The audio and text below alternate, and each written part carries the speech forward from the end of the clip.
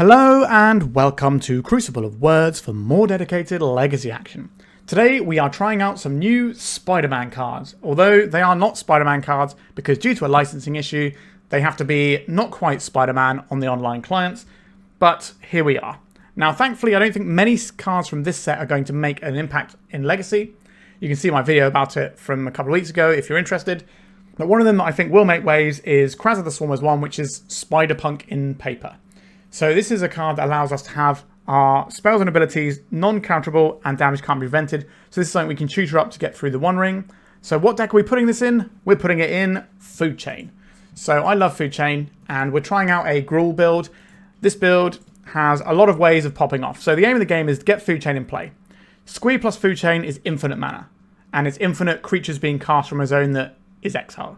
So what this does is means we can infinitely grow our Questing Druid, so it's an infinitely large creature. We can make infinite mana for Walking Ballista, or make an infinitely large Mawloc. We can also keep playing spells with this Unstable Amulet in play, and every time we play the Squee, we ping our opponent for 1. There is a new card, Quint's Insight, which is some kind of Norman Osborn goblin thing in the paper version. I can't remember what it's called. But anyway, this card is similar to the Unstable Amulet. It's not as good, but it can be our 5th copy. So at the beginning of our first main phase, we can discard a card if we do draw a card. So this allows us to loot through our bad cards, which is not bad. And then whenever you play a land or cast a spell from anywhere other than your hand, this enchantment deals 1 damage to each opponent. So every time we cast a Squee, we'll ping our opponent for 1. So we're just trying to max out on our combo pieces. We've got 4 Food Chain, 4 Squee, 1 of the Quint's thing to go alongside the 4 Unstable Amulets. We've also got ourselves 4 Imperial Recruiters, which can find the Squees. They can find the Questing Druid. They can find us some interesting silver bullets like this Spider-Punk Kraza thing that gives us protection from any sort of counter magic. We also have Collector Ouphe and Magus of the Moon in here that we can go and rustle up as well. Aside from that, we don't have a lot of space for other things. We've got Malevolent Rumble, which can find our permanents because we are a permanent-based combo because all of these cards are permanents. And it also gives us a bit of mana. So this is a 0/1 Eldrazi that can be sacked to a Food Chain to give us 1 mana of any colour. We've got Ignoble Hierarch to try and power things out. I'm trying a list today with Ancient Tombs so we can power out the Food Chain ahead of Curve, which also makes the Blood Moons in our sideboard and the one in our main deck a little bit better too. In terms of the sideboard, we've got some creature removal and some Furies. We've got some more Blood Moons. We've got ourselves a little bit of Graveyard Hate in the Faerie Macabre and the rest of our Endurances. A couple of Force of Vigors to tackle some of these artifact decks alongside the Collector Ouphe we've got in the main. And then we got 3 of the Spider-Punk / Kraza. I'm not sure whether I should be saying Spider-Punk or Kraza. I guess we're just going to stick with Kraza because that's what it says on the card in front of us. But yeah, that situation is horrible to me. Anyway, we've got these cards in our sideboard. Hopefully they'll be pretty good and allow us to get through things like the One Ring and counter magic. That, lovely people, is what we're playing today. Please remember to like and subscribe. It does help the channel out and doesn't cost you anything. And if you would like to spend some money to help me out, then you can become a member for just $1 a month and see my videos early. And that does really help me out. Okay, let's start jamming some Gruul Food Chain. If you've been watching my content and thinking, I'd like to play some Legacy too, then check out 3for1 Trading, one of Europe's leading Magic the Gathering retailers. They have weekly offers and upload new cards every Wednesday. And it's not just Legacy stuff they sell. They have a beautiful selection of vintage and old school cards too. Support from sponsors like 3for1 Trading make it possible for me to put out videos and help keep Legacy alive, so why not give them some love? Click their link in the description below and use my code COW3 to enjoy free worldwide shipping on your first order over €500. Okay, this seems pretty good. We'll keep this. We can lead off on the Ignoble Hierarch. I think we get a Taiga here because we do have red costs that we are looking for at some point. And our opponent is unlikely to be wastelanding us when we're sat here with an Ignoble Hierarch in play. So next turn we can Food Chain. Okay, there's a wasteland. They're going for it? They're calling my bluff? They are calling my bluff. Okay. I see. Okay. Do we just get the Food Chain in now? I think so. We are very close to being able to win the game here. We require 1 component and hopefully Malevolent Rumble can find that for us. Our deck is designed to try and dig for the pieces we're looking for. A 2nd Wasteland. So if we'd have got the forest, we probably would have won this game by now. Interesting. Alright, there is a forest.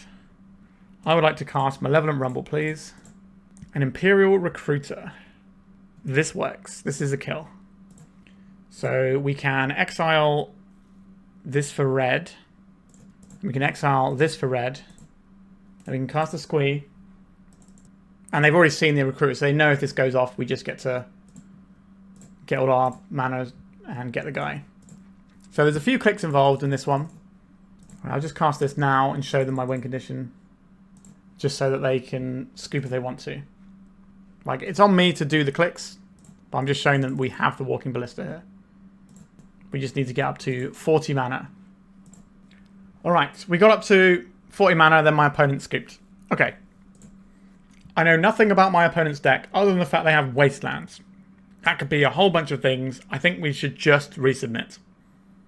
This hand is stable, but pretty slow. Obviously, our amulet is unstable, but that's a very different thing. I think I'm okay to keep this one. We've only seen Wastelands. We're not getting Wastelanded here. We can go and fetch a commercial district off of this Misty Rainforest. An Urza's Saga. That is certainly in the ballpark of lands decks. Okay, maybe our opponent is a full-on lands deck. This means I don't really want to fetch the commercial district and just give our opponent an easy target here. Okay, we have a turn 4 kill here. And it'll be a lot quicker to click through because Unstable Amulet just goes on every trigger that you cast your guy. So next turn we go and get our little mountain. They don't really have a great option for this. They'll probably get Pithing Needle, naming Walking Ballista to try and jam us up that way, but that's not actually going to matter. Is this a Disruptor Flute? No, I think about doing something in our upkeep there. All right, I will fetch a little mountain. Let's deploy the amulet. So if we draw a 1-drop and a 2-drop off of this Unstable Amulet and our draw for turn, then we can kill our opponent next turn. Because we can play the food chain next turn off of this Ancient Tomb and have the 1 mana up for our 1-drop. Provided it's a 1-drop, we can... Actually, no, our only 1-drop is green, right? And we're not going to be able to have the green mana. All right, they're going to do this. We're going to wait for them to put their Saga triggers on the stack. They might try and Pithing Needle this because we can still tap this to get a card. So we're going to make sure we get the card before this resolves getting a Pithing Needle from our opponent. These triggers go on the stack. Are you going to make a friend? I think we should be able to beat this clock with what we're doing here. Force of Vigor is what I'm worried about. Our opponent's deck could be something different to what we're expecting. But it does look a lot like lands right now. Right, we have a Squee underneath our Unstable Amulet. That's actually a dead draw for us. Pithing Needle. Are they going to name the Unstable Amulet here? It's the thing in play we have. They could also name the Ballista and just hope that we can't get through that. They've named the Amulet. This has already gotten its value. Not that it's great value because we don't really want the Squee, but we can cast the Squee and we can block with the Squee because it just dies and comes back again. If they ever exile it from our graveyard, it comes back again. You can't get rid of Squee. So they're going to equip their... Ooh, they're not equipping the Lava Boots. That's interesting. They're going to name Squee here, right? Squee the Immortal. Yep, that's pretty good. So they did have a potential Disruptor Flute before. That does mess us up a little bit. What else do we have to this in our main deck? I'm not sure we have many. Walking Ballista. That is an interesting Magic the Gathering card. Okay, I guess we just get this food chain out. And then our opponent kills us if they play an artifact. But now we know what we're playing against, we can sideboard a lot more appropriately. And that's going to help, because we're going to be able to get in our Force of Vigors here. So ideally, I would like to have some Presages in the mana base. But when we're trying out the Ancient Tomb, we don't really have that luxury. Oh, this is the 7th. This is the extra damage. They already had it, didn't they? What am I talking about? We're just dead. Sorry, yeah, but like I was saying, the Ancient Tomb here is part of our mana base in a way that means we don't really get the space for the Presage here. So, what looks good in this matchup? I would like some Force of Vigors. We do not require Kraza. I would very much like some Magus of the Moons, though. And this Blood Moon. These feel like the things we want access to. What about these? Are we Mawlocking stuff? Not really. That can get out. Collector Ouphe is fine, but not that exciting. It's certainly not as exciting as these things we're bringing in. The Galvanic Discharge also pretty unexciting here. Maybe we can take out one of these discharges for another endurance. We can mess with their graveyard lines. Do we want something like a Sting Scourger that we can tutor for to bounce out a scary friend that they could assemble in the form of Marit Lage? Possibly, but the problem is Marit Lage is often going to come with haste because of the Lava Spur boots. And that is a bit of an issue. I think we're going to submit like this. A couple of Force of Vigors and 5 Moon effects. Okay, I will keep this. So I think we are getting a Taiga here. If our opponent wastelands us, we still have turn 2 Blood Moon that way. Now, they're going to have things like Force of Vigor because we have lots of permanents that are susceptible to it. We've got food chains, unstable amulets, that sort of jazz. Let's see what they go for here. A wasteland. We doing this game again, are we? We are. Okay. Our opponent knows what they like. So Magus of the Moon isn't vulnerable to Force of Vigor. Mox Diamond is pretty good here. Are they running Windswept Heath because they're running Swords to Plowshares in their deck? Green mana. Exploration, sure. And an Urza Saga. Okay. So we get the Magus down this turn. That stops this ticking up. So if we wait a turn on the Magus, then this can just pump out all the constructs. And that's bad news for us. Now, they probably have ways of getting past the Magus of the Moon, but they're going to have to find them. They're not going to be that abundant in their deck. And we're already progressing towards a combo. We've got 2 of our combo pieces here. And we can use this Magus of the Moon just as mana later on when we need to. It's like, if we're going to win the game, I'm okay to fire this guy off. But we do need to be worried about Force of Vigor. Life from Alone getting back 2 mountains. Understood. So what they're going to do is they're going to keep milling until they can find a Boseiju and try and use that. Actually, no, the Boseiju doesn't work yet, right? I'm curious what they're looking for. Okay, so we have a forest. We could just play out a food chain. Or we could play out this Unstable Amulet and a Hierarch. I think the Unstable Amulet and the Hierarch is the best. That way we attack for 4 with this Magus. Means we can start attacking into potential endurance without dying to it. Right, let's see what card we get off of this. It's a Wooded Foothills. I don't mind that for next turn. So pre-combat Hierarch. In for 4 with a Magus. We got a clock and it's a pretty good one. Especially when it's locking our opponent out of what their entire deck is trying to do. They dredged. They didn't hit anything that's going to help them here. Next turn we cast this. Well, we play this mountain. We didn't cast it. And then we play the food chain. Doesn't look like our opponent's got anything going on there. I will deploy this. I will attack my opponent for 4 here. Again, we don't care about endurance because this is going to be a 4 power guy. Then I will deploy a food chain. We are a Squee or Imperial Recruiter away from just winning the game here.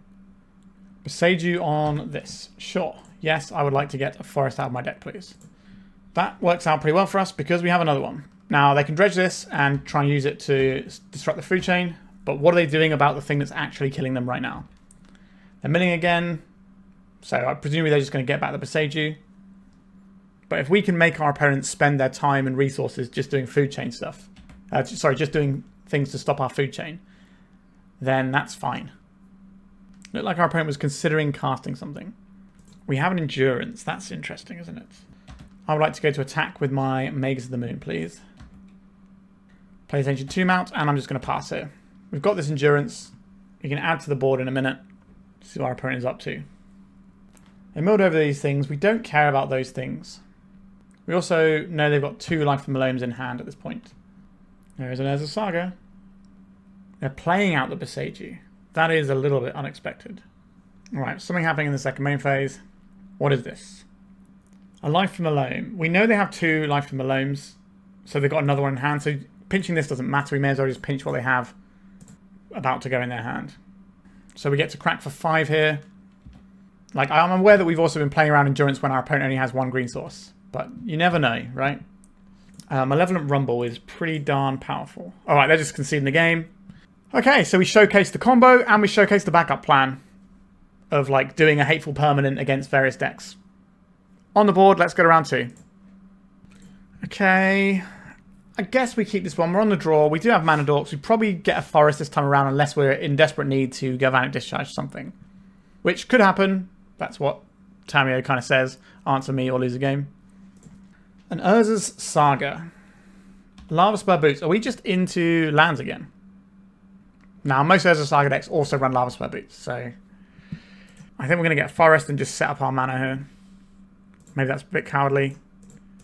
But here is the Hierarch. This can allow us to potentially cast a Magus of the Moon next turn. Not that I want to if they have a Saga on 2 counters, because then they just get to constantly Saga all the time. And that ends up very poorly for us. We'd like to draw a land. Right, we're just in Ancient Tomb as a Saga mode. Understood. Unstable Amulet. I think we cast the Malevolent Rumble here looking for a land. As sad as that is. I will take This is kind of annoying because we don't want to get wastelanded if they are playing lands. We could take the Taiga, deploy the Hierarch here.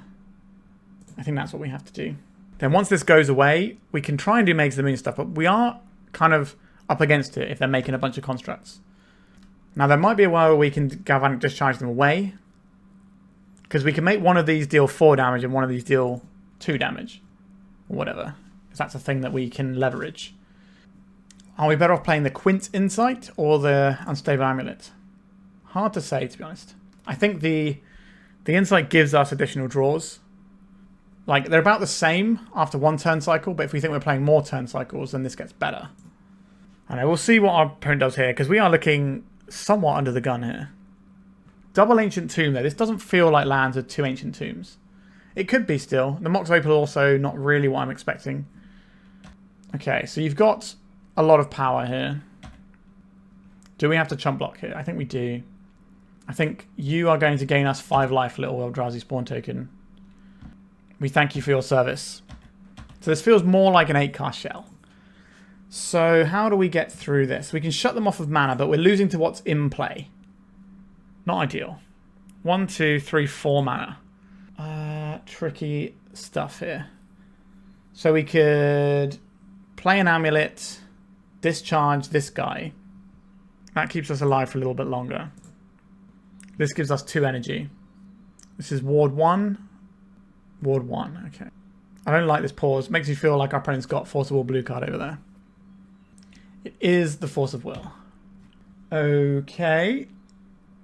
So if we want to deal with this... So we have to chump block or kill this turn. Would I rather chump block or spend this turn just discharging? I think we have to spend the turn discharging. As sad as that is. Because we didn't really get to make a land drop, it's not really working out very well for us there. Here is some blue mana for presumably some sort of... Yep, this card is pretty bad news for us. Okay, we're going to target this with a Galvanic Discharge. I don't think we're going to win this game. So we're paying nothing so that we can then pay 5 with this one. Alright, so we got rid of a creature, but they might be able to get this construct to be lethal this turn because Pinnacle Emissary is a pretty spooky card. Now, they don't have many cards left in their hand, so I'd be surprised if this gets to be too much larger. If they play another guy, we're still alive. They can put us to 1.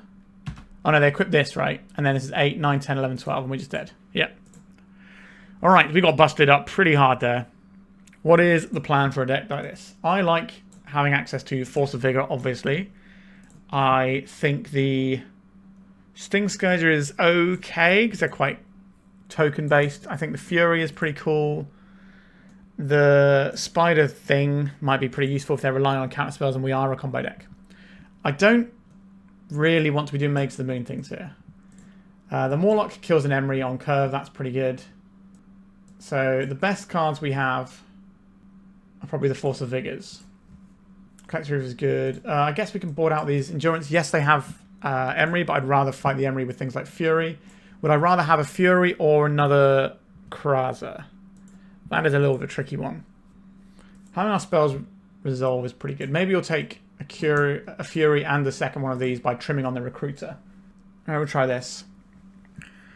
Okay. This hand is doable. We also have the thing that makes us uncounterable, so I guess we keep this. We don't have to worry about Wastelands, which is a nice change of pace. So we can go and get our Surveil lands. We've kind of got like half a Ponder on turn 1 into Rumble / Kraza on turn 2. Now, there is one thing about this card. This is not uncounterable itself, which is important to note.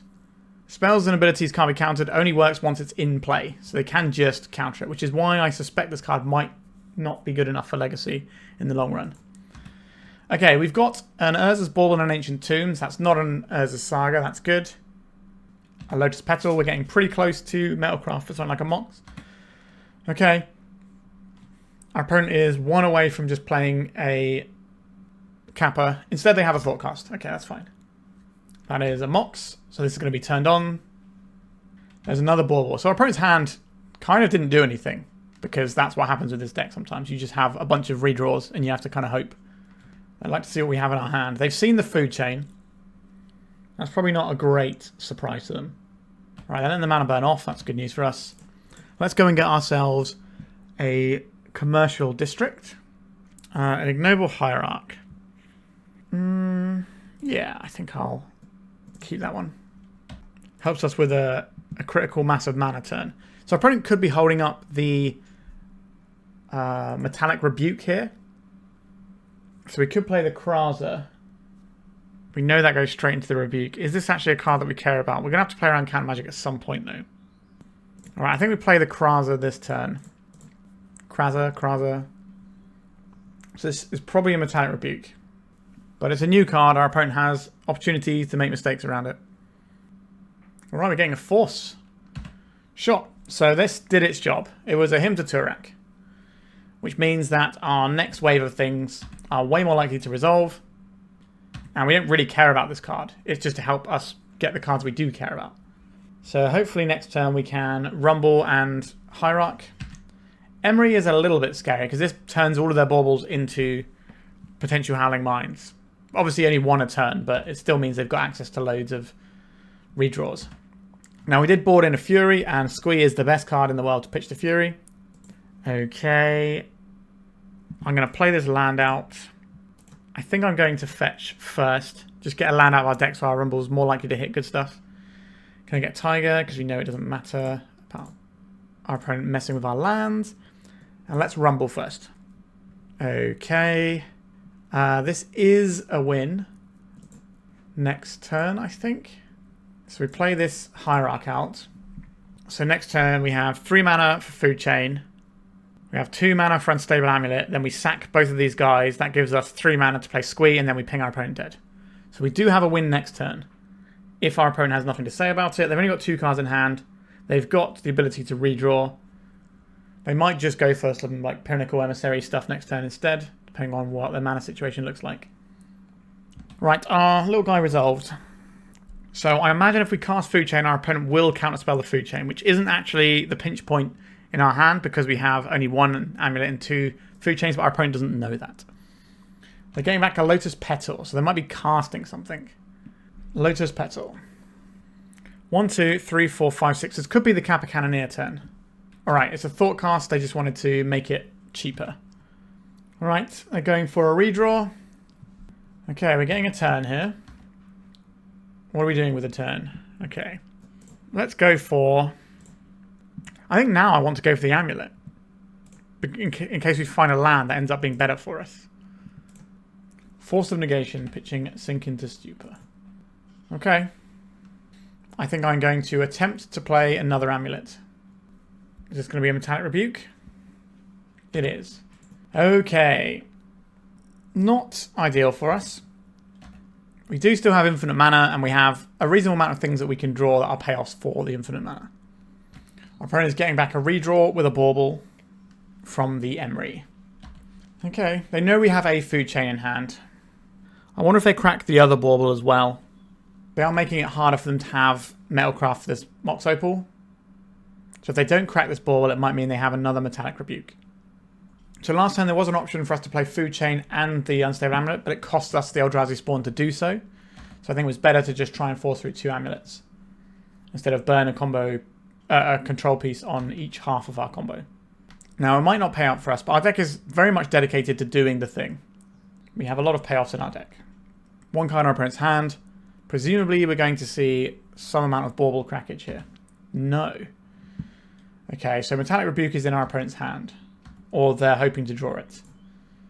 Right, I'm going to play a Food Chain here. Then I will attack them for 1 with my Eldrazi Spawn token. The more damage we do, the less clicks we have to do when we combo off. So we're in with a Food Chain. That's kind of a big deal. We have infinite mana. We do need something to do with it. But our opponent doesn't seem like they're doing much. They're spinning their wheels quite a bit over there. If they play something like a Kappa Cannoneer, then obviously they can crank the pressure up. But they didn't have like an early Pinnacle Emissary turn to get a little pressure, or an Urza Saga. So they're just sort of playing this slow, grindy control game, which hopefully we can push through. They're getting back the Pinnacle Emissary this time. That's quite exciting. So now they are deploying an actual clock. I think that's correct to get something going here, because if they just leave us to our own devices, eventually we're going to assemble our combo and win. So they do need to apply some pressure. Hopefully they're not going to apply any additional pressure this turn. They're just going to untap next turn and get the emissary going. This also stops us chipping in for single points of damage. And letting that mana burn off. That's pretty good news for us. 3 cards over there. 1 bauble trigger, taking it up to 4. A Fury, you say? That is curious, isn't it? Is there a way that we can... So this is 1, 2, 3, 4 mana here. So we can't have our cake and eat it. If they've got a counterspell, they've got a counterspell. I think we do need to fire this off this turn as well.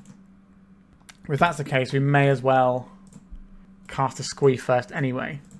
So we're going to go through this whole song and dance. The good thing about this is you can often see if your opponent's got interaction by how quick they respond to each time you do the loop. And you wait till your opponent gets bored and then you just slam your spell when they're F6'd. Alright, 3 and 2. No, sorry, we only get to do...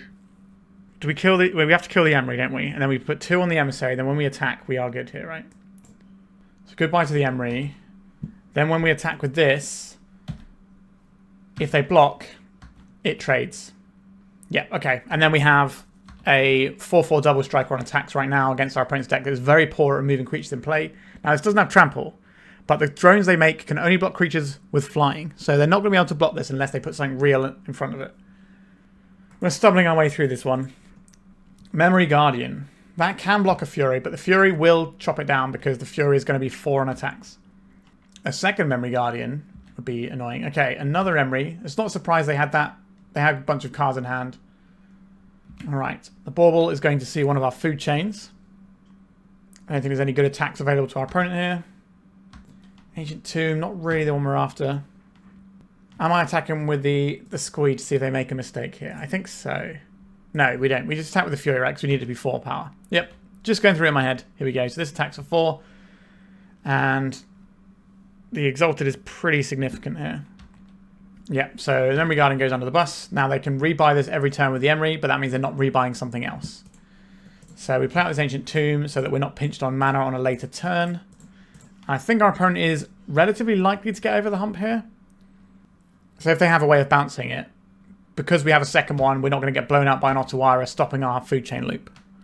That's the reason to do this. I don't think I would necessarily pay life off the Ancient Tomb to do it, because we're going to be taking chip shots from these drone tokens while our opponent keeps doing their thing. The Ezra Saga is a little bit spooky, yep.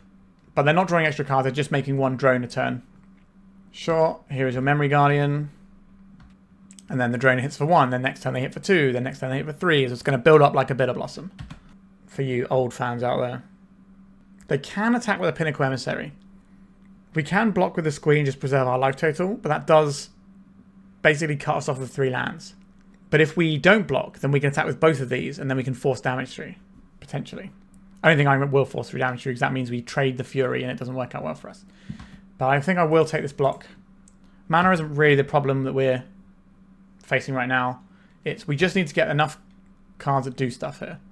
The joys of playing a green-red deck. Now we do have Questing Druid, which is like a really good card for food chain because it kind of does all the things you want. Oh, there it is. I think we will cast Seek the Beast here. I would like this to resolve, please. They do have hard cast Force of Will mana over there. Okay, I will play this Forest out. I will deploy this Squee. So we're going to have an infinitely large Questing Druid and another Fury here. We can sweep some tokens. Alright. Now we get to the clicking part of the game. We do the Squee thing for a few clicks here. And then we put in the Questing Druid. So we'll yield to this Questing Druid trigger. It's going to be going on to stack a whole bunch. So now we're in a position where we can play this Fury. This is where a counterspell is good for our opponent. I would like to take out the Emery and 2 tokens. Metallic Rebuke. Interesting. So you can't use the food chain mana to pay for things like Metallic Rebuke. I'm not going to keep growing the Questing Druid here. It's not necessary. We can grow it next turn when we're actually going in for combat. Okay, I think we're in a reasonable spot here. We've got 12 power of Double Strikers plus an infinitely large Questing Druid. Our opponent's a little bit behind on clock from us as well, which doesn't hurt us. Pinnacle Emissary. This will make a lot of tokens, but none of these tokens can block our creatures. It will mean that their Reza Saga is very large. 1, 2, 3, 4, 5. Yeah, they're going to have a very large Saga. Oh, another Emery. Could you just not? That's very irritating. Maybe we'll draw something that just wins us the game. That would be nice. They've got no cards in hand, so they're completely shields down to whatever we have here. Imperial Recruiter. Okay, there we go. Red. I guess we don't even have to pay life here, do we? We can just cast this guy. And we can then exile this guy again. Just show them the Recruiter. And then it is game over. Get the Walking Ballista. Alright, our opponent's scooping it up. It's not even going to take us that many clicks. We can just sacrifice all of these, and that'll be enough mana to kill with a Ballista. Okay, don't want to do anything differently here. Honestly, seemed kind of fine. The graveyard stuff was annoying. And having a flyer that is a 3/4... Sorry, having a creature that can block flyers is pretty good. I just don't know how we fit this in if we're trying to keep everything working. Because I think a lot of what we're doing is just trying to win the game with our combo.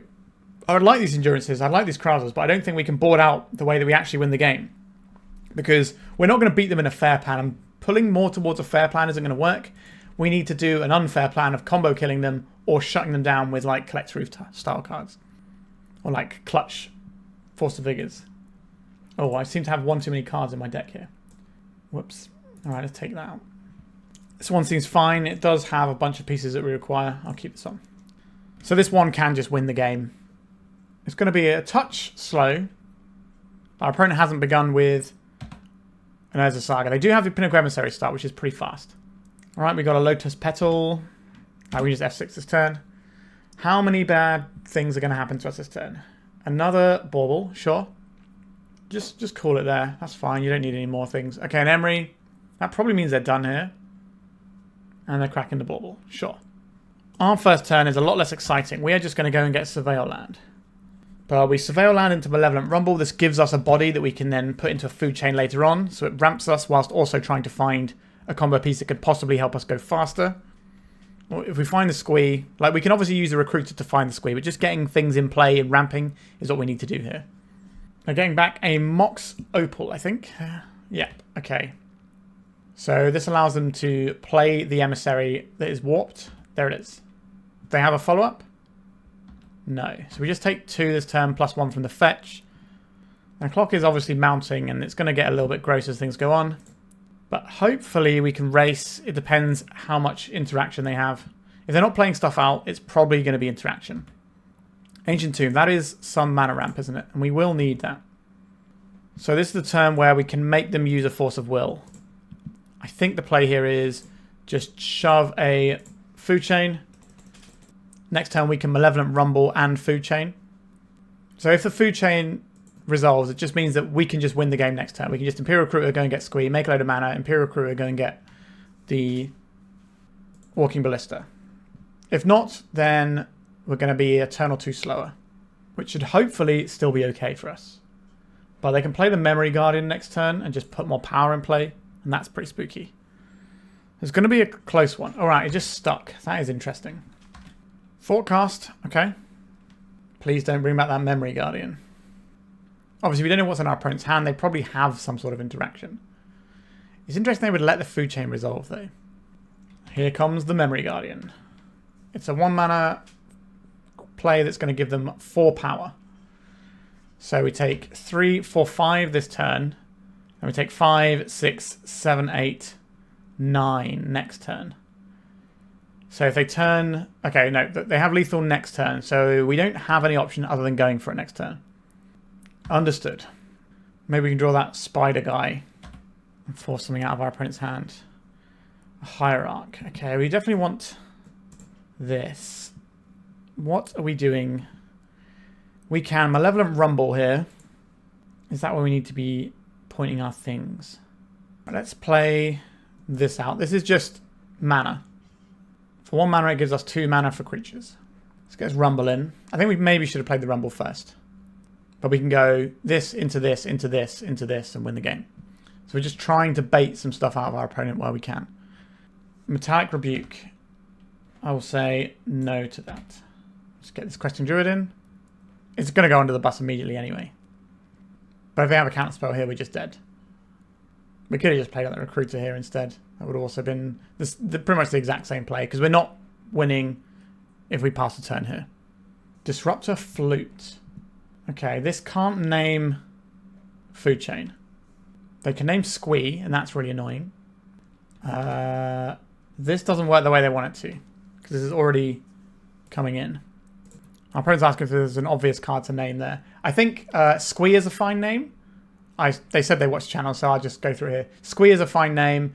Imperial Recruiter, maybe. But with the amount of mana we have here and where we're pinched, you probably need to name like Squee, Recruiter, something like that. Like Squee is the mana engine. If our mana engine doesn't work because of Disruptor Flute, then we can't get infinite. Oh, they thought I cast the other half of it. That's why they did it that way. So I think we get to just do our thing here. And then we can cast this guy and just show them that we have the win. Get the Walking Ballista. And then we just have to go for it there. Feels like our opponent is 6th, so we have the win, I believe. Alright, we got the GGs from the opponent, and that is the end of the round. So our opponent made a little misstep, but obviously not many people play against Gruul food chain or any kind of food chain. So you do get a little bit of advantage when you're trying to play a bit of a niche deck like this. Also, our opponent thought of Seek the Beast, we were casting the Seek the Beast part, and then the idea was maybe that we block here. But I think we're still dead, right? 3, 4, 5, 6, 7, 8, yeah. So we're still dead. So I'm not sure, even if we were casting the other half, then it makes sense. I think you wait to see what we reveal, and then maybe we cast one, then you name in response. It's tricky, but I think the name there is definitely the Squee. And we managed to sort of squeak our way through. So we are 2-0. Let's go to round 3. Have you got magic cards you don't want taking up space in your home, or do you just need some extra spending money? Well, my lovely sponsors 3for1 Trading are buying all collections, big and small. They are one of Europe's biggest traders and have a transparent process to sell them cards and make sure you're getting a good deal. Click the link in the description of this video to get an offer on your cards today. Alright, this hand is fine. Like, we have a Mana Dork so we can ramp out. We have a Questing Druid to dig a little bit. Imperial Recruiter can be whatever piece we need it to be. It's a case of how picked apart we get by whatever our opponent's doing. Okay, let's just lead off on a forest so that we can't get wastelanded. So it's going to be easier to make sure our spells go. I suspect our opponent's going to Entomb at the end step here, untap and reanimate an Atraxa, and that might be the game getting somewhat underway against us. Okay, no, we're just getting Fatal Push. That's fine. That's A-okay with me. We've got some good card advantage in the Questing Druid that we can leverage. We may be playing it around a daze, though. We'll see what shakes loose here. I'm just going to play the Wooded Foothills. We're going to play around a daze whilst our opponent isn't applying pressure. We don't need to do that. We can just make sure that we leverage all of our spells as well as possible. This way we can Galvanic Discharge if we need to, or we can get a Surveil Land and just get a little bit more value going. If our opponent had Entomb last turn, they would have just Entomb reanimated, comboed, and dealt with the Ignoble Hierarch however they wanted to. They could have just gone and got on an Arc of Cruelty and dealt with it. So I suspect they don't have the combo if they are that sort of deck. Alright, so if we want to get Surveil Land, we have to go through this wasteland. That's kind of annoying, isn't it? Alright, I'm going to play this Ancient Tomb out and see if our opponent has any interaction they want to fire off on the tomb. Hopefully, they'll do it in our end step. I'm just going for it now. Sure, that's fine. We're just going to have a similar turn again. Just protect our coloured sources, because we can get a little colour intensive. And because we've got enough lands, and this seems to be going relatively slowly, we're not desperate for the extra boost of mana on the Ancient Tomb here. Nothing else from our opponent by the looks of things, so let's go and get our Surveil Land now. There is the district. What do we have here? Probably not a Collector Ouphe. That can go into the graveyard. That tells our opponent that we're doing probably Green Sun Zenith stuff, is what I would assume if I was on the other end of this.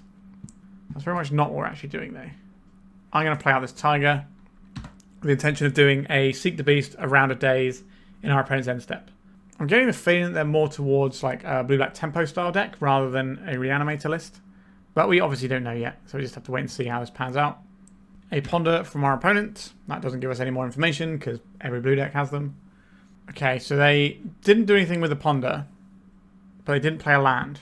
What does that tell us? Uncertain. Let's try and Seek the Beast. This is probably worth a count spell because this represents sometimes 3 cards. Alright, we're just allowed to have it, eh? I'll play as Wooded Foothills. I'll play this Ignoble Hierarch. And just thinking about Bowmasters here. I think I'm going to crack this fetch land first.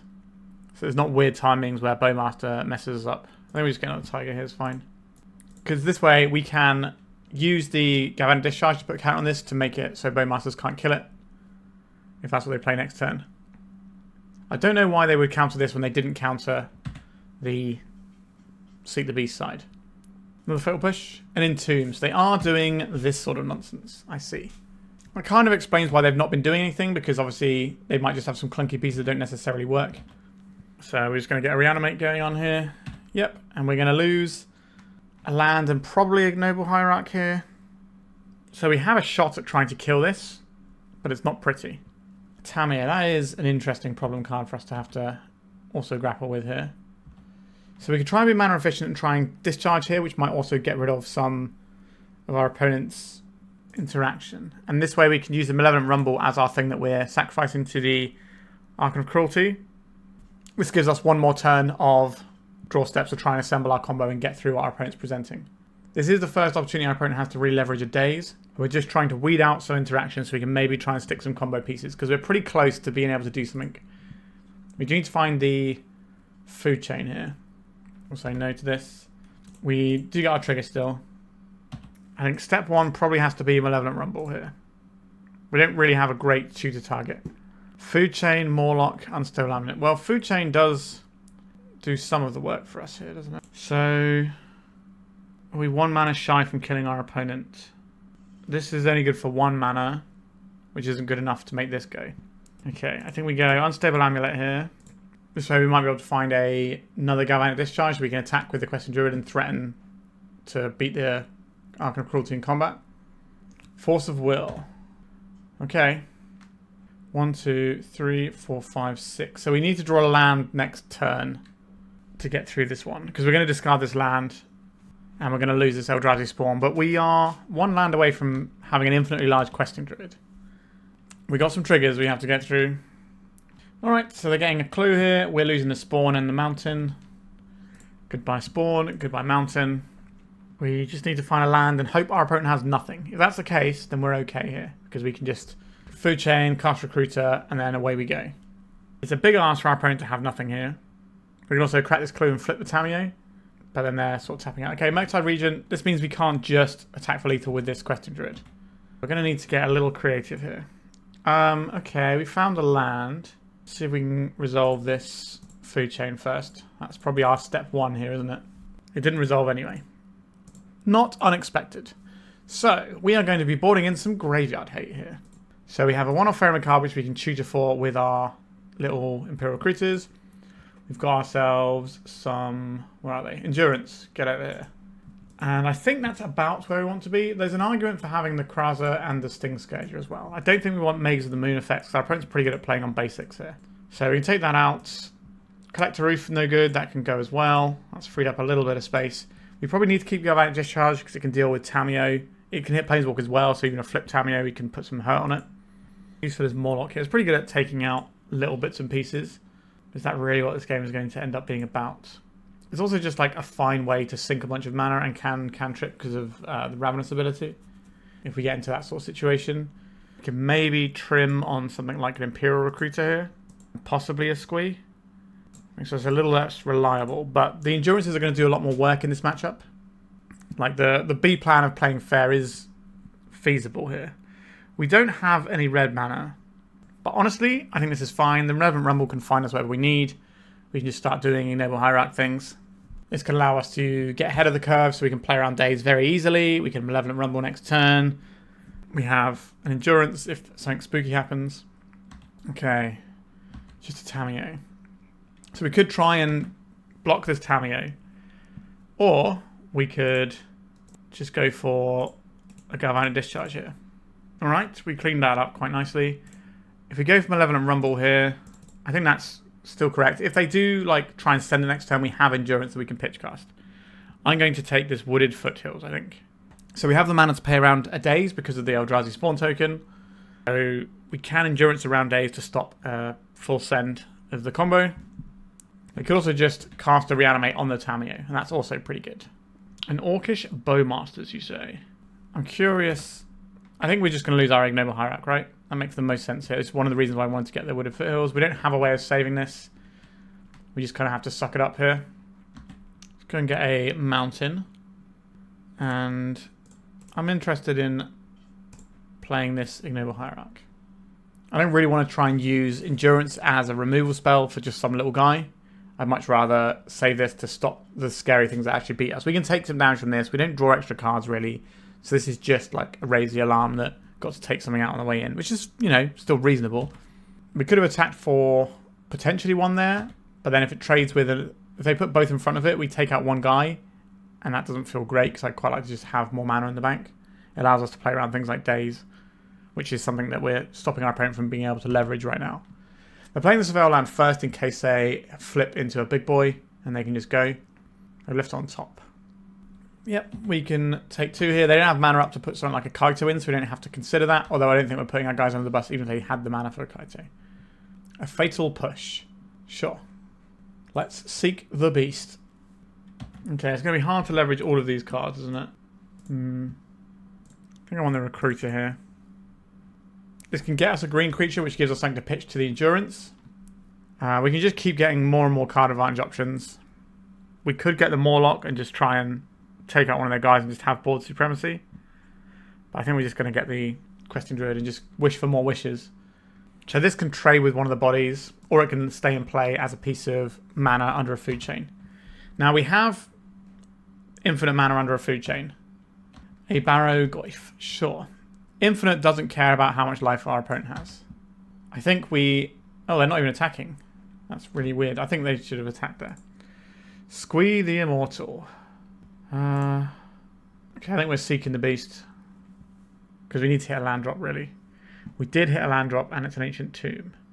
But we kind of need the red here. Let's go again on the mountain. We can deploy one of these Questing Druids. We are shields down on this Endurance this turn. We could have played, obviously, the Questing Druid first and made it into a 2-2, but we didn't know that we were going to be hitting what we were going to be hitting off of our Questing Druid, so it's much better to do the Seek the Beast and see what actually turns up mana-wise. So we're a food chain away from winning this game, but our opponent has 5 cards in hand. Alright, we'll block the Barragoyf. I'll sacrifice this so they don't gain any life. They could have Kaito'd if that's the thing they have. Generally speaking, the Blue-Rat Reanimator builds don't have Kaito, but I have seen some that do. Alright, we don't care too much about this. The clock it provides is kind of scarier in a lot of ways. Alright, I would like to play a Questing Druid. What do we get here? Do we get another red source? Or do we get a green source? I think it might be a red source. Let's get this last mountain. Cast the Eternal Chump Blocker.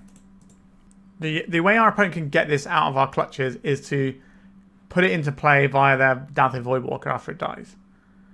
Which is not really how you want to be using a Doughty Voidwalker, in my opinion. Force of Will. Okay. You can spend a Force of Will on my Squee. I think we're going to turtle up a little bit and just try and block these little guys here. I think that ends up being the best option for us. Because they can just attack him with the Doughty and the Barragoyf. Unless they want to turn the Doughty into a Squee just so we don't have access to it. But little do they know, Squee is always around the corner. So we can't really race them at the moment. Alright, they're going to just take out one of our Druids. Like the Barragoyf makes races very difficult. Do I want my opponent to draw an extra card here, or do I need to just keep material in play? I think I need to keep material in play, which is really annoying. Means we're probably going to allow them to Barragoyf here. Right, I think we just let it go. This could be pretty spooky. We don't know what they're going to mill over. Feels like they've kind of gone fully away from their reanimation plan. But maybe we'll find out in a sec. Alright, they milled over nothing of note. Excellent. They are sacrificing the Doughty Voidwalker in order to get back our Squee, I would assume. They could get an Endurance if they wanted. Yeah, they're getting the Squee. So this play is relatively heads up, but doesn't actually work very well with what we have in our hand. Reanimate on the Doughty Voidwalker, sure. So they do have some reanimates in. There's a lot of damage over there though. One card left in our opponent's hands. We don't have to worry about Force of Will. It's just Daze, which we should be able to play around. Alright, they're playing the last thing. This is the turn to draw Food Chain. Engineer Explosives, X equals 2. So that'll take out Bowmaster, Doughty Voidwalker, and Questing Druid. Alright, deck. Food Chain. Not a food chain, but also a pretty good way of finding a food chain. Let's get ready to rumble. None of these are the thing I needed. How screwed are we? I don't really want to play another 2-drop out. So I guess we take the Druid.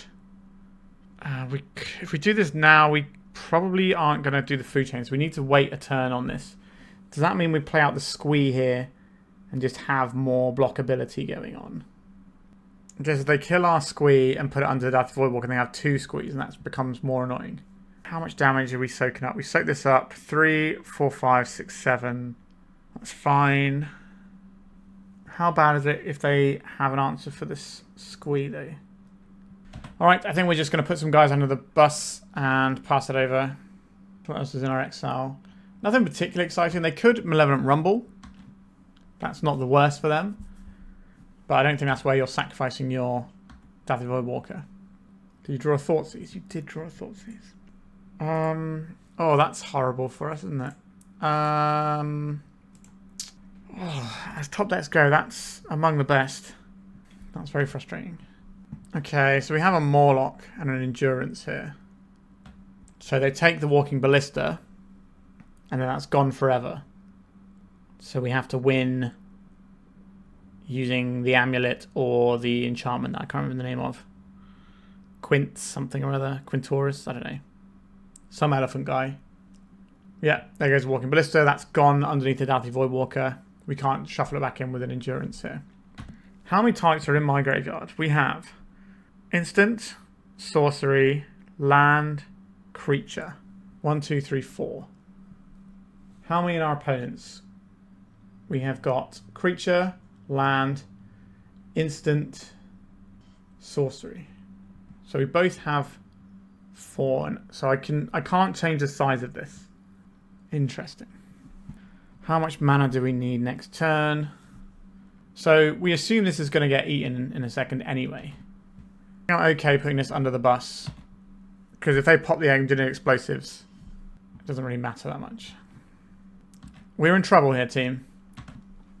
Okay, so you have a Taiga. Questing Druid, not so useful. Mawloc, also not at its finest. Probably need to blow this up. So, green, red, plus how many?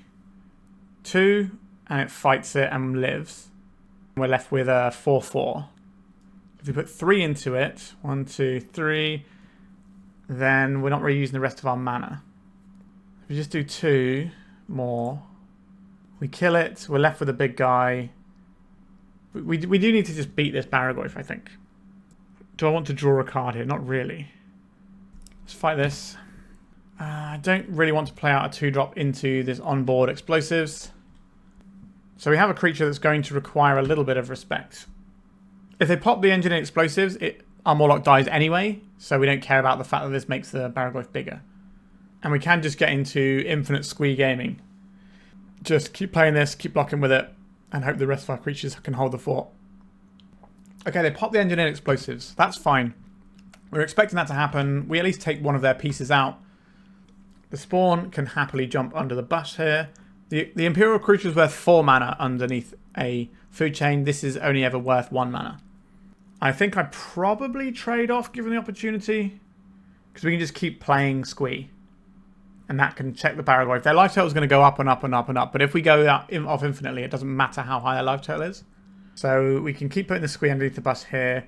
We can trade this Recruiter for the Squee, and that gives us another Squee somewhere that we can use. Alright, they're not coming in with everything. This block's here. Am I trading off this? If they have a Bowmaster, that sucks for us in a multitude of ways. I think we're just going to take the 1 off the Bowmaster token. Leave the material in play because the food chain can turn it into more mana. They had a land in hand. Okay. So we go Questing Druid. We are grinding very hard here today. So we get to deploy the Squee and hold up Galvanic Discharge this turn. I'm going to leave up the mountain so that we can't be wastelanded off our discharge, so we always get to cast it with our own timings. Alright, the infinite Squee train has arrived. This is quite a nice little gear that we have for our deck where we can just constantly keep just replaying this creature, and our opponent never really gets to make that much headway. What we don't want to see here is a Murktide Regent. We need one more turn, and then we can sweep away the graveyard, and we don't have to worry about Murktide Regent. We also turn this into a 4-power creature. They put a Wasteland in their graveyard. Don't Murktide Regent me, please. That Thoughtseize like a million turns ago was really annoying. Still thinking about that. Right, they're coming in with the Squee as well. I will block here. Am I taking 2? Or is it time for this Recruiter to go? I think it might be time for the Recruiter to go. The other option there we had was to burn a Galvanic Discharge. But I didn't really want to do that. Okay, let's cast Squee. 1, 2, 3. We grow our little friend here. In our opponent's upkeep, we're going to Endurance. If I get blown out by a Daze here, I'm going to be a little bit upset. But this is going to stop them from having Murktide Regent as an option. It means they gain slightly less life as well, so that's fewer clicks for us to do later on. Brainstorm, obviously a very solid Magic the Gathering card.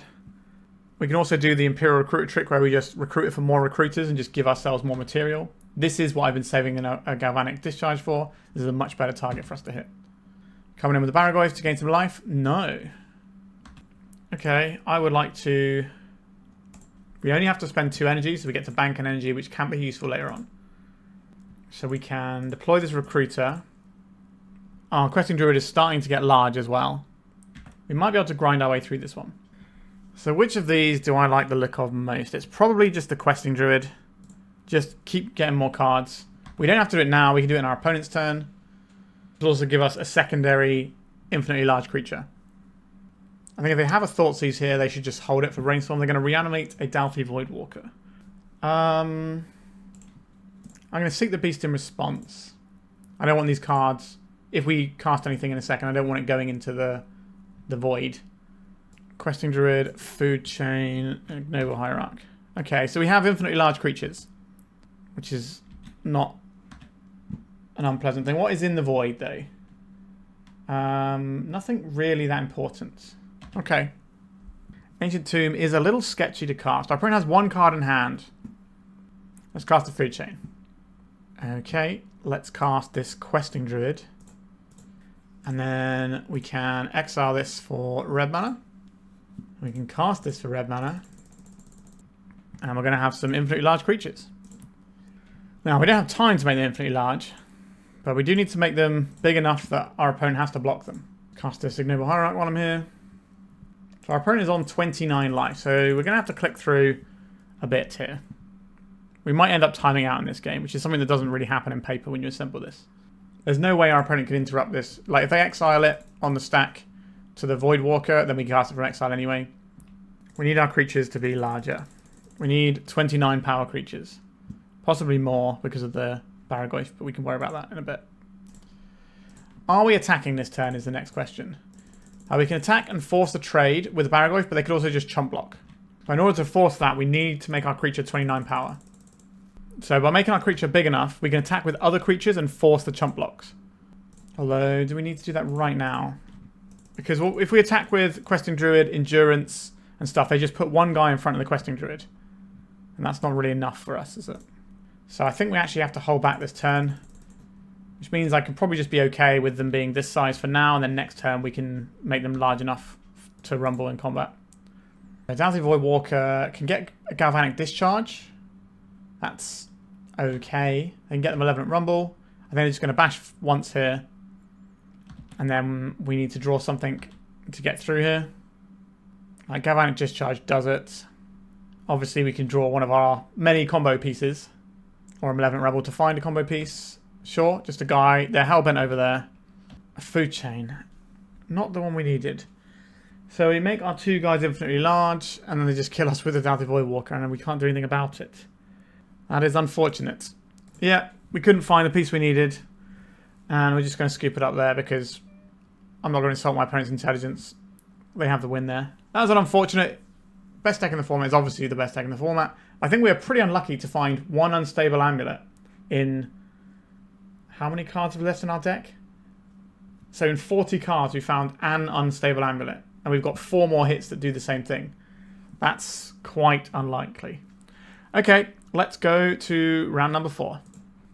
Alright, round 4. We're playing against Mafuz Van Gogh, who is a well-known Dredge player.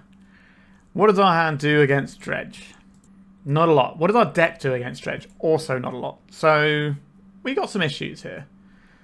I think we just keep this, and maybe our opponent's trying something different out. Maybe we can dig our way towards an Endurance. They do play like a blue-red Dredge build with like the 1 mana Surveil 3 card that I can never remember the name of. Something Gaze, maybe? Otherworldly Gaze, there we are. Cabal Therapy and a Stinkweed Imp. Those are pretty good cards. I'm going to play this Misty Rainforest and represent the ability to have counter magic. Even though we don't have it, our opponent's going to think about it when they see a Misty Rainforest. So they're probably dredging the Stinkweed Imp. We're going to pop their graveyard out here. I suspect game 1 is going to be a bit rough for us.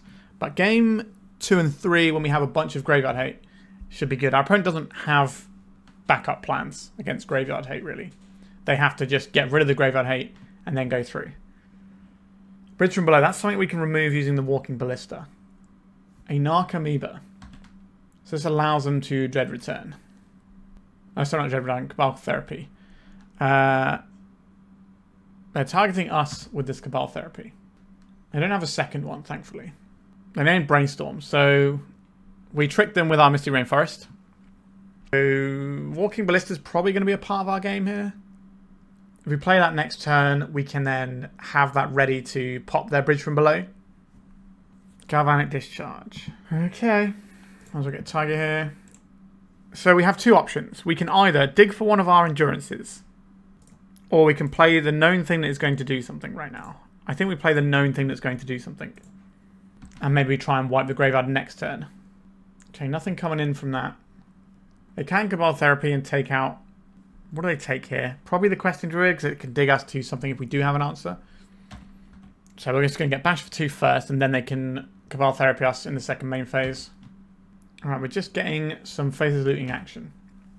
So I don't have any dredges, so this is going to be a draw 2, discard 2. As intended, not mill over 12 cards or whatever. Alright, so we know that they've got... Okay, so we're getting... Flashback, this is going to bring back the Poxwalkers. And what are they going to name here? It should be the Questing Druid, I believe. Oh, they named Food Chain. They're worried about us being able to pop off. Sure. Obviously, we're on a bit of a fringe deck, so not everyone's going to be sure of the configuration of what our deck does. So, we don't have a green card to pair with this Questing Druid. That's kind of an issue. We're not going to be able to cast our Endurance. So it's a case of, do we want to hold up this Galvanic Discharge, or do we want to just get a little bit of Surveil action going first? So if we hold up the Discharge, what are we hitting with it? Not really much. This is something we can blow up, and that actually ends up working out quite nicely for us using the Walking Ballista. So I don't think we're going to need this Discharge. So I think we're going to Commercial District and try and dig our way towards a solution here. Get out of here, land. And then we can do this on our opponent's turn. So we're going to get Dredge off here. There's no point looking for the Endurance because the Endurance needs a green card to be in your hand, and that's not where our green cards are located right now. Okay, an Anger. No additional follow-up really there. But they do have the ability to pop Cephalid Colosseums. They can also flashback Faithless Lootings or these Otherworldly Gazers. Okay, so they've got the Fastest Oracle in for their combo win. This is looking pretty bad for us. But we do get to... Do we get a chance to take this out? This will trigger the Poxwalkers. Oh no, because it's when you cast a spell, isn't it? Okay, so now they're just casting a Breakthrough. So this is going to dredge the rest of their deck. So are they on... Yeah, they're on the Satoru build. So what they're going to do is they're going to dredge the whole deck, then they're going to dread return the Thassa's Oracle and win the game. We don't have a green card, otherwise we might be able to win this game here. I think we can just scoop this one up. Alright, let's put in some Graveyard Hate and change our fortunes. So I would like 2 Endurance and 1 Faerie Macabre. Fury is something that we can use that can blow up a bunch of zombies whilst also removing cards from their graveyard. So this is an option for us. What doesn't seem good? Collector Ouphe, no thank you. Makes the Moon, like we can shut off their Cephalid Colosseum, but that's not really what this game is about. Discharges are pretty bad here as well. Mawloc doesn't seem great, but it is a creature that can beat down and it can fight something so it dies itself. Okay, so the discharges are still draw a card written on them if they combine with our Unstable Amulet, which is not nothing. I don't think we need a Kraza either. This does give us uncounterable endurance because our opponent can board into counter magic. I don't think that's how I want to play this, although maybe that's just better than the discharges. We just get a couple of swarm boys in. Sure. Well, we keep hands that have endurance in. So I think we lead off with this with the intention of getting ourselves a commercial district. We do need to be aware of days. Our opponent's probably going to fire in some Cabal Therapy action at some point. Alright, just a separate Colosseum. Unmask, targeting me. Sure, you got it. I guess I have just about enough black cards for this to work. Alright, there goes our endurance. Here comes the Otherworldly Gaze. That is a Golgari Thug. And they kept the other two on top. So probably not dredging next turn unless they're like Narcomoebas that they left on top. Alright, District. Like, this does stuff, but like, I don't think we want it right now, unfortunately. I think we're going to be in trouble this particular match. Food Chain, okay. That's getting us towards somewhere. It's also a green card for the purpose of the Force of... sorry, not Force. Endurance. Force of Graveyard Hate, I guess we can call it. I think we allow them to dredge this. We know that they've got the cards they want on top because they left them on top. A Faithless Looting. We'll see what happens here. So there's the Thug that we knew about. Nothing too exciting. Let's seek the beast. Okay. We're not a million miles away from being able to combo here. So we could just get this food chain in. This guy stays exiled, but that's not ideal for us. I think we need to Malevolent Rumble here. We need to play a land first in case our opponent has Day's action. So let's go and get ourselves a Taiga first. And then we'll cast this Malevolent Rumble. I would like an Endurance, please. Do I need to play out a Questing Druid here? I think I will play out the Questing Druid. So at the moment their graveyard isn't enough to make me want to Endurance. Especially when we have the win next turn if we draw a green card. Because we can pitch cast the Endurance. So they'll get a Cabal Therapy back here. And a bunch of other nonsense. If I fire on this Endurance, they can go for a Cephalid Colosseum. And then when the triggers go on the stack, they come back afterwards. So it gets really awkward for us. If they get back this Cabal Therapy, what do they name? Oh, I hate it, but I think we have to do this. So they can crack the Cephalid Colosseum response. So put the Evoke on the bottom. In case they... No, I think we're supposed to put the other way around, right? So that the... If they go over the top here. Alright, they're just going to do Otherworldly Gaze. This gets them back a Poxwalkers. But now we don't have access to our combo.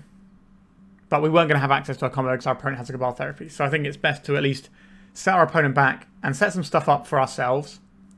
Maybe we can play this Spider guy for the first time. They put 3 cards on top of their library. And then this Narcomoeba doesn't go anywhere because it's not in the zone they want it to be in. Let's just draw... I guess Food Chain isn't enough to win us the game right now. Unmask. Targeting us. Okay, we lose the Swarm guy that we're never ever going to play, I guess. Questing Druid. That is an interesting one, isn't it? Kind of want to play this in my opponent's turn. Okay, I guess we attack and we hold up what looks like potential Endurance. We might be able to combo off next turn.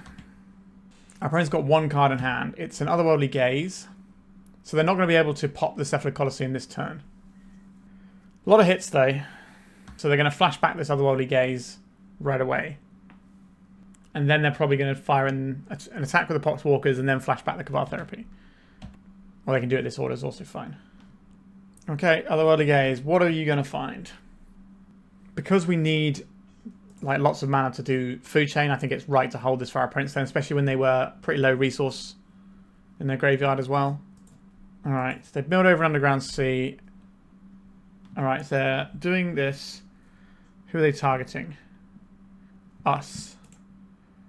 I'm just going to seek the beast in response. Alright, we have an Endurance they can't take away. That's pretty good news. Now, they do get some Poxwalkers out, because we don't have a green card to pitch this Endurance. But we stop them dredging next turn. We just have to beat some Poxwalkers. Namesticker Goblin was the name there, because they know we didn't have anything. Rest in peace, Namesticker Goblin. Unstable Amulet. Ooh, we are getting close to where we need to be here. So obviously I want to deploy this Endurance first. But I guess we want to play this Unstable Amulet as well. Because then we get a ping off of the Endurance. No graveyard for you, opponent. We can bash for 3 here. We've got this Unstable Amulet we can do something with. So they might just crash in for 6 here. We could trade the Endurance for a Poxwalkers. That probably is fine. Although we can just start playing Squee and that blocks these all the live long day. And if we draw a mana source, we do just get to win the game. Right, they're not even attacking. Let's activate this Unstable Amulet. It's a food chain. Here we go. We get to pop off. Our opponent's got 1 card in hand. Let's play the food chain. My little sweetheart of a card is doing its work. So now we just play this enough times that our opponent dies to the triggers from the Unstable Amulet. Alright, a few clicks later our opponent's had enough and we get to go to game number 3 in this round. So we could play a Sting Scourger just to bounce one of their annoying little 3-1 guys. I don't think that's the way forward here. I think we just have Graveyard Hate and enjoy it. Our opponent being on the play means that we're probably going to be a little bit shy, I would imagine. But we'll see. This doesn't have what we need really, but we can try and find it. We have 2 ways of digging towards it if our opponent's going for a slower hand. I don't think that's enough though. I think... Okay. This hand has a problem, but I'm here for it. Goodbye, Swarm Spider-Man, whatever your name is. You're a red card. You didn't pitch to our other things, and you're not as good as all the other cards in our deck. Underground Sea and pass. Come on, land. It's a land. Beautiful stuff. I feel okay. Faerie Macabre is really good for stripping away the initial attempt from our opponent to do stuff. So like if they put a Dredger or something in here, we can just get rid of the Dredger and the Otherworldly Gaze. And then they're going to have to find a way back in again. Boom. Get out of here, those 2 cards. So we're incentivized to play out the Amulet first because we want to keep maximum green cards in hand. Unmask, targeting us, exiling a bridge from below. I assume it's going to be the Endurance here. But the Amulet can find us an Endurance as well, which is really irritating for our opponent. If they're trying to play a longer game, they might just take the food chain and just say, look, I don't want you to combo here. Or maybe they take our card advantage resource in the Questing Druid. They took our Questing Druid, and then they cast a Narcomoeba to beat down with. Right, I think we can probably beat a Narcomoeba beaten down. Commercial District. A Taiga. I'll take a Taiga. They're going to know that we've drawn it if we play it out, though. I think that's fine.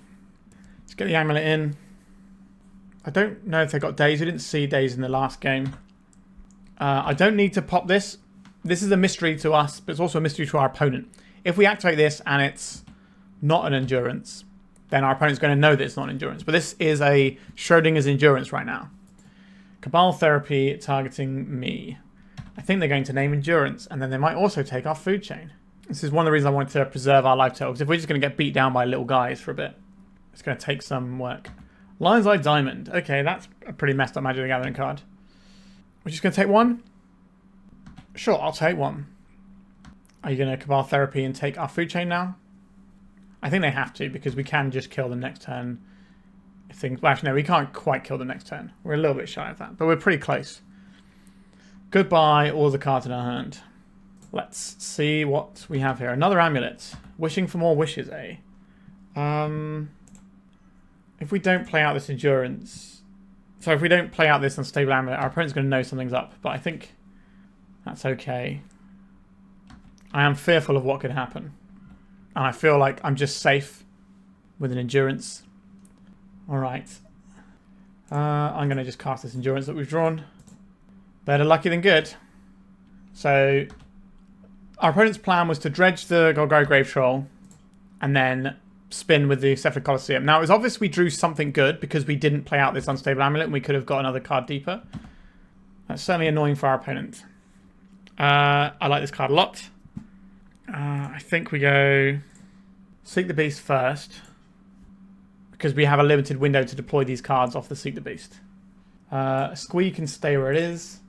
I will play this Kraza guy, I guess. First appearance of this guy. He can have...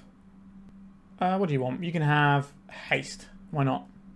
Tell the creatures. And then just the pings from the Unstable Amulet are going to be doing a lot of work soon because we're going to have 2 amulets. So every time we play like a Questing Druid or a Squee, we're just going to be pinging our opponent for 2. So if we draw a red source next turn, then we get to do quite a bit. None of these are spiders, so we're not going to be triggering any of the creature type synergies here. Right, so this goes and gets us a Taiga. Let's go and deploy this first.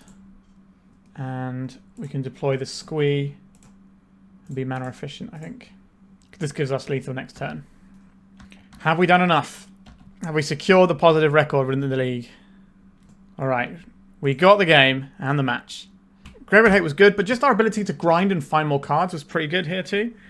Yeah, alright, we are 4 rounds down. 3-1 so far, so we could get a 4-1, but either way, the positive record is locked in. Let's go. Okay, we can kick things off with a Hierarch. That seems pretty good. We'll keep this. We got a lot of pieces.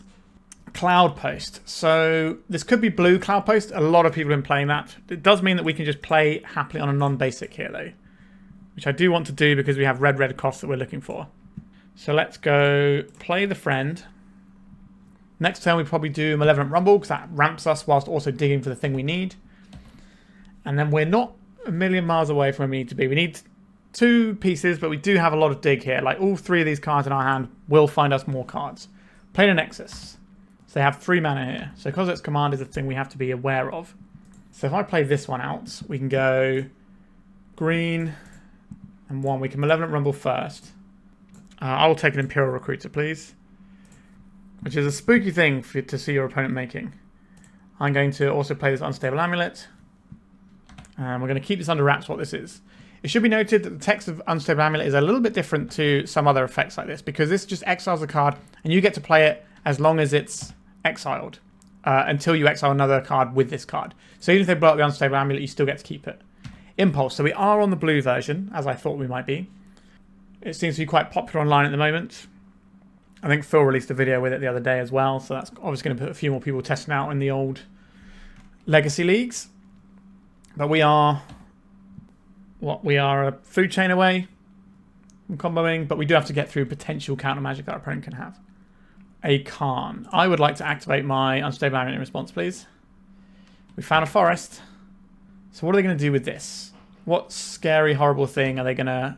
Okay, they're just plussing. Understood. So we can play this one out. We could go and get Spider-Man, Thingy-Majig, Punk, Cracks, or whatever he's called. What does that do for us? That can attack for 3 power and half Khan whilst also making us uncounterable. Do we have time to mess around with that? Is the real question. We could fire off one of these. Let's see if we hit. Our opponent is like AFK over there. So what are we doing? 1 mana, 2 mana, 3 mana, 4 mana. 4 mana is a reasonable amount. So we can pop this onto the Khan. We could play the Questing Druid first. So we play this one out. Play the Questing Druid. This pings for 1. And we discharge this. And we go to attacks. This attacks Khan for 1 because of the Ignoble Hierarch. Okay. We draw food chain. We can win the game. Our opponent doesn't seem to have counter spells because they were just F6 through our turn. They can't get anything with Khan this turn. They can just plus it. But they might be able to play something spooky like an Ugin. This is what, 3, 6, 7 mana? Ugin comes in, blows up one of our permanents. Things get a little bit spooky. We don't really have a good way of getting through an Ugin either. Here it comes. Oh, playing a Nexus. What a card. Here is the Ugin with some weird art that I've not seen before. He's got big bug eyes. Alright, they took out our Unstable Amulet. Do you have a follow-up play? You're going to add some mana. Sounds like you got a follow-up play. It's a 5 mana play. So the mana doesn't do anything else. It's the card draw that gives you the life. So they do have a play here. Otherwise, if you don't have anything, you just gain life. And plus the old Khan towards victory. So this is going to be a game where the Magus of the Moon that we're hopefully going to play is going to be good. The issue is Ugin is very strong.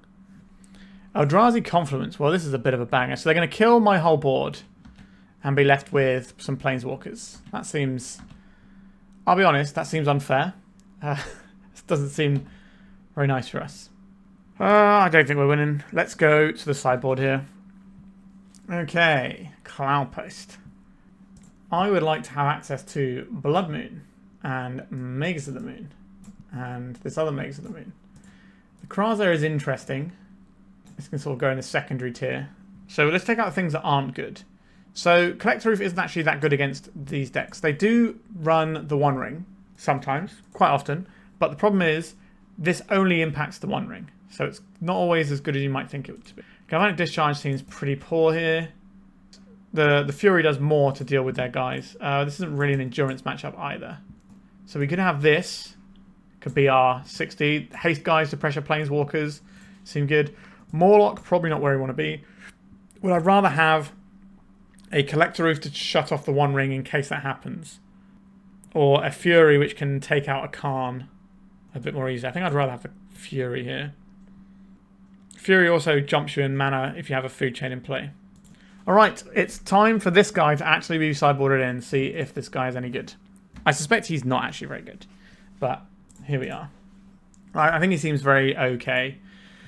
Turn 1, we do this. Turn 2, we do this. And play this guy. Turn 3, uncounterable Magus of the Moon.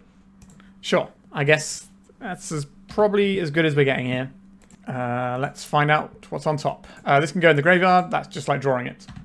Excellent. I'm not in love with having this Fury. We do have a lot of mana once we start rolling, though. What are you going to play here? Chalice for 1? Chalice for 1. Doesn't bother me. Okay. Do I want this guy to have haste, or do I want him to be bigger? I think I'm going to make him bigger this time. It just means that when Planeswalkers do come down, he can pressure them better. Getting 2 damage in here isn't a big deal, but getting a creature on board that can pressure our opponent's stuff in a bit is more important. Land, please. Not a land. Cool. Big fan of that for us. Step 1 is probably attack our opponent for 3 damage. What is step 2? We can hold this up, or we can try and make a land drop right now. None of our other lands come in tapped. We'll probably end up burning a card if we just do this. But we know what we're drawing anyway. I think we just want to do this now for a land. I think I'm going to hold this up and do it in our opponent's turn. I think it's fine to do it either way there. But if we miss on land and this finds us a 2-drop, that's okay. Alright, let's seek those beasties. Not the selection of cards I wanted to see, but I'll take the Taiga. Taiga is good. So this could be a Kozilek's Command.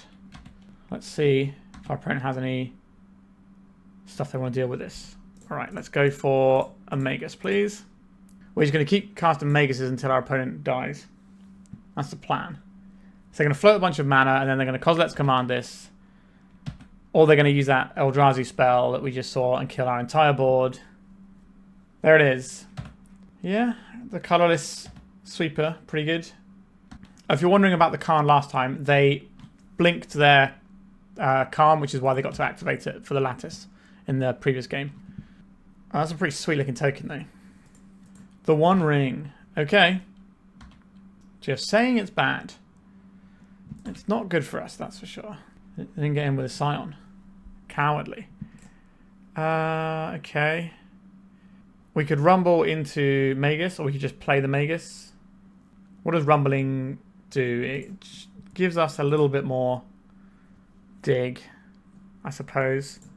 Alright, let's rumble. Unstable Amulet. That is part of what we're trying to accomplish here. I will put that in my hand. And then I will deploy another Magus of the Moon. I think we're up against it here, team. But it might be difficult for them to leverage the cards from the One Ring. And they tapped out of colorless mana, which gave us a window to resolve this when they can't use their like confluences and K commands. But they're going to hit 7 mana, and they're going to cast something like a Ugin, and then we're going to be dead. All right, what is the artifact they're revealing here? Is it Portable Hole? They don't have white mana, though. They've just gone for a Lattice. It's a bit of a baller move. Food Chain. Does this win the game? So we Food Chain. We're 1 mana shy of winning the game. We could play the Amulet first. If we play the amulet first, we might be able to win the game. I guess... No, because of the Khan's here. So we probably need to send something to kill this. Which means we probably need to give up the amulet so this can go and get the Squee. So if we're doing this and this, I think we're just playing out the Questing Druid first so that we can assemble more power. So let's pitch the amulet. So put 1 on this and 3 on this. This gets rid of one of the only bits of colourless mana they have access to, which I'm clearly a fan of. And we bash for 2. And we have lethal next turn by casting this Imperial Recruiter. Actually, we don't even need to do that because they have the One Ring burning them down. 1, 2, 3, 4, 5. So they can't play the Ugin this turn because we took out their little token. Another copy of the One Ring. You've got it. So Walking Ballista is an exile, so we can't just stack up some counters on that. We're probably just going to lose to... I guess we can go and get the Ouphe. The problem here is our opponent can just Ugin us down, and that really sucks. But are they able to play another spell after they Ugin? So I could just go and get something to shut this down. But our opponent's already got 7 cards in hand. I think we're better off just trying to get the Squee rolling. Oh, wait. Oh. Hold on a second. Was that new stupid card that we're running, aren't we? Oh, yes. It's actually going to be relevant. Oh, this is so sick. All right. Just getting used to playing with new cards. Here comes the Spider-Man Punk Kraza, whatever he's called. Where is he? Is he actually going to win a game? Here we go. In we come. Eat it. Damage can't be prevented, baby. Let's go. Now, they can counterspell this Kraza. And they will. The excitement went away very quickly there, unfortunately. If we had the Walking Ballista, we could have tried something else here. Unfortunately, I think we're just going to lose to the Ugin now. As sad as that is. Now, they maybe don't have an Ugin. But let's face it, they always have the Ugin. Alright, so maybe they're going on the let's try and cast another copy of the One Ring here. They can play an Ugin, gain life with it, keeps them alive through the One Ring if they play enough spells, and they're okay. So here is the Ugin. They presumably have to take out the Questing Druid here, because it's the most damage. And then they gain 3 life and draw a card. Or they can make mana and take something else out, but then how are they getting through their own One Ring? Right, Questing Druid down. We have 2 lethal threats in play. Gain 3 life, draw a card. This is not lethal. Oh, how are we supposed to beat this? That's the real issue. I guess the answer is we don't. So we attack them with these 2. Like, they must have something for this One Ring. So I'm assuming they have Tishana's Tidebinder, which is normally how they get out of this lock. I guess we deploy this. I'm assuming they're not dead to their One Ring, otherwise they would have scooped. So I'm assuming we are dead because they're just going to Tidebind as this and counter the ability, but maybe that gives them less ability to cast follow-up spells. Extra cards, and then they're going to Tidebind to this. I've seen this play out a few times before. Maybe they don't have a Tidebinder in hand and they're digging for it with the One Ring, and maybe they die that way, and this is just the line they had to take. So maybe we do win right now. Oh, we do win right now. Okay, beautiful. How do we ever beat Ugin? Here's the neat thing, we don't. Do I want a one-of Collector Ouphe in my deck? The Fury killing the card was actually really important. I'm kind of tempted to play another Fury, to be honest. I'm not really sure what we would cut for this Fury, though. Being on the draw means we're kind of more incentivized to have the Fury, because we're going to be a little bit slower, so Khan's going to come down. Maybe it's one of the Recruiters? Let's try that. We could take out one of our little combo pieces, but I'm not sure about that. I think I like having them. Quint's Insight. We haven't cast this yet today. So this is 2 of our combo pieces. We just need a Squee, and then we win the game. I guess we try it. This can dig us to more action as well. So I think we play this on turn 2. Probably go and get our... Because we already have a basic here, we can just go and get the... Okay, we're probably not casting the Quint's Insight anymore. We're casting Malevolent Rumble, but I was going to say, we probably... We're fine getting the Commercial District here because we already have the green source when we want to cast green spells. And post-board in this matchup, we don't have any green spells.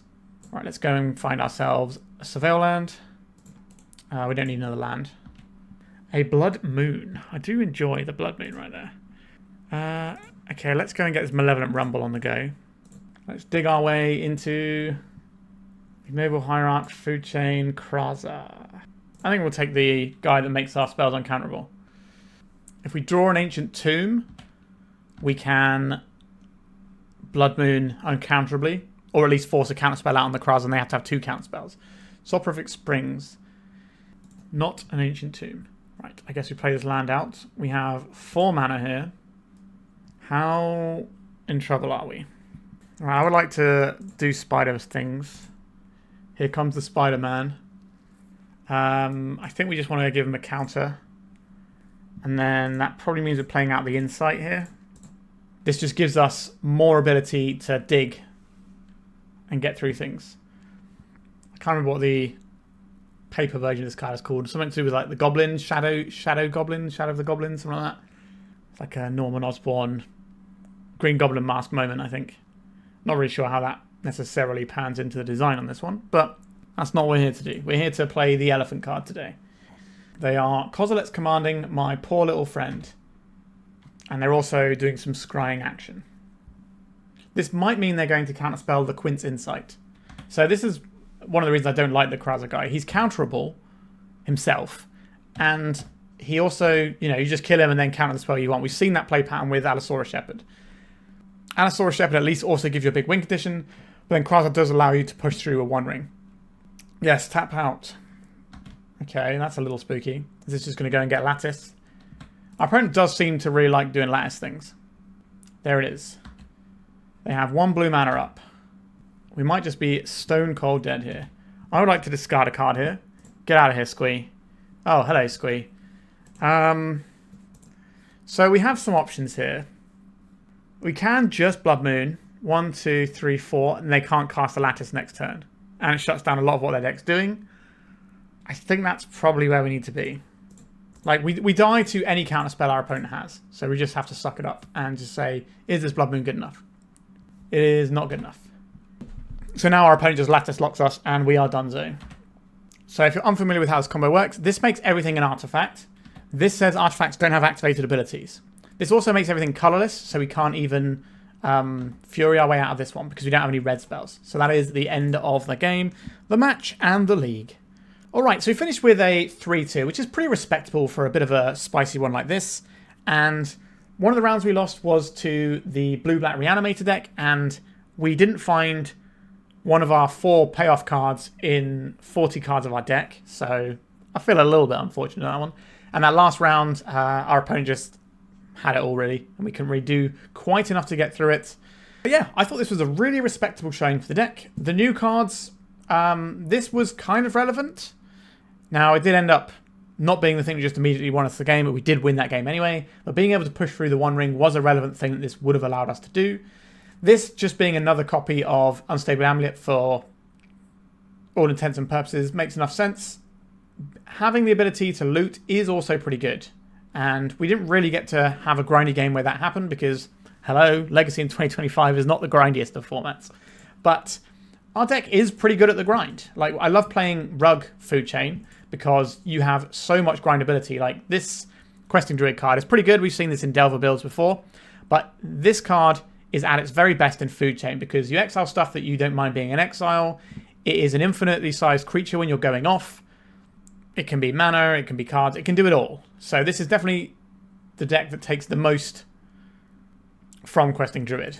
I don't think we necessarily needed the Mawloc here, but we didn't play into the matchups where I really wanted it. So I think it's worth having one of as a tutor target with our Imperial Recruiter. And also I would say that the mana base with the 4 Ancient Tombs worked out pretty well today, to be honest. Just that occasional little burst of mana felt really, really useful. We didn't really trip over our own mana at all. It's 20 lands, but a lot of it is mana producing of our colours. And then we also have the Ignoble Hierarch just to sort of smooth things through. The Hierarch is so good in this because you just get to be able to jump up on mana in multiple ways. Because this can also, you play this on turn 1, turn 2 you drop the Food Chain, then you sacrifice this for 2 mana, then you sacrifice, then you play like a guy like this, then you sacrifice that for 2 mana, for 3 mana, then you play the Recruiter, then you sacrifice it for more mana, go and get the Squee, and then you have infinite mana. It allows you to potentially pop off on turn 2, but it also just helps you play ahead of the curve against things like days when we're trying to resolve a 3 mana enchantment. Makes a lot of sense to me. Malevolent Rumble was excellent all day. We boarded out the Collector Ouphe quite often, but you know, obviously having these big haymakers like Collector Ouphe and Magus of the Moon to tutor for makes perfect sense. You could argue that you just don't need any of these and you just want your main deck to be going faster. So you could play maybe some more Hierarchs, maybe another Quint's Insight. So you've just got 6 of these payoffs. And then maybe you end up with another, like, couple of Birds of Paradise or something just to sort of get you up and running. So that is definitely an option you could take. You'd probably end up cutting Mawloc, Collector Ouphe, and Magus of the Moon for like one of these and 2 birds and see how that pans out. You could cut the Kraza as well and get like another Quint's Insight or another birds. If you really want to, you can even cut the Endurance and just really try and turbo it out. But I think if you have a deck that has no interaction at all, or like we're just relying on winning quicker or one Galvanic Discharge, I think you're going to come a cropper quite often. So I do like having these silver bullets, and they do just change the game on occasion.